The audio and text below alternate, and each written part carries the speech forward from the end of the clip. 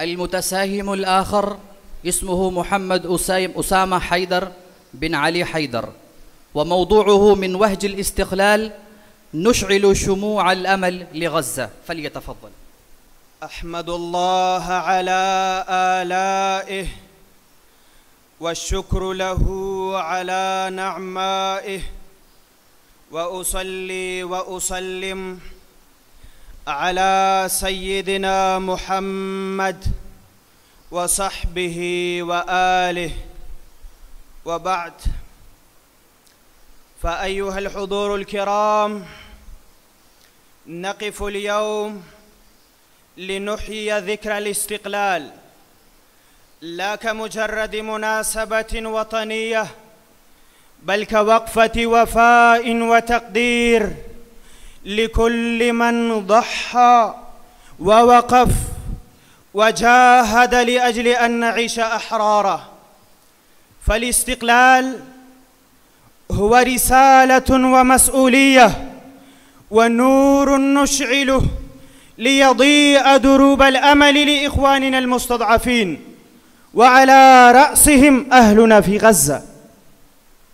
ألفت أنظاركم أيها السادات، إن الغزة الحبيبة ليس مجرد رقعة جغرافية، إنها شرف الأمة وضميرها الحي وجرحها المفتوح.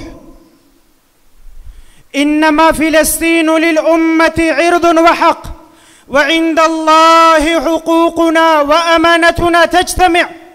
فلا غفلة عن صرخة طفل في غزة، ولا سبل لهوان الحق في القلب تسلم.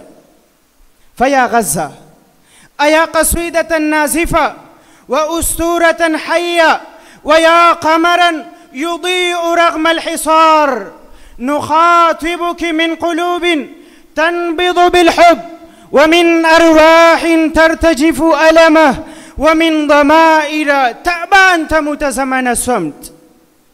فمن وهج الاستقلال، من نار المعاناة التي صهرت الأبطال، ومن دماء الشهداء التي رسمت خارطة الوطن، نشعل اليوم شموع الأمل، شموعا لا تضيء الطرق فحسب، بل تلهب الأرواح وتوقظ الضمائر وتضيء ليل غزة الطويل.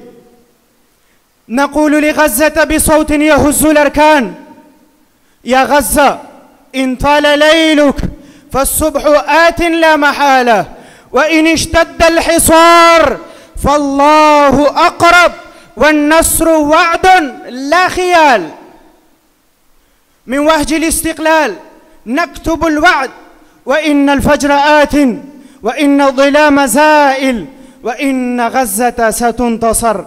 إنهم يرونه بعيدا ونراه قريبا. والسلام عليكم ورحمة الله.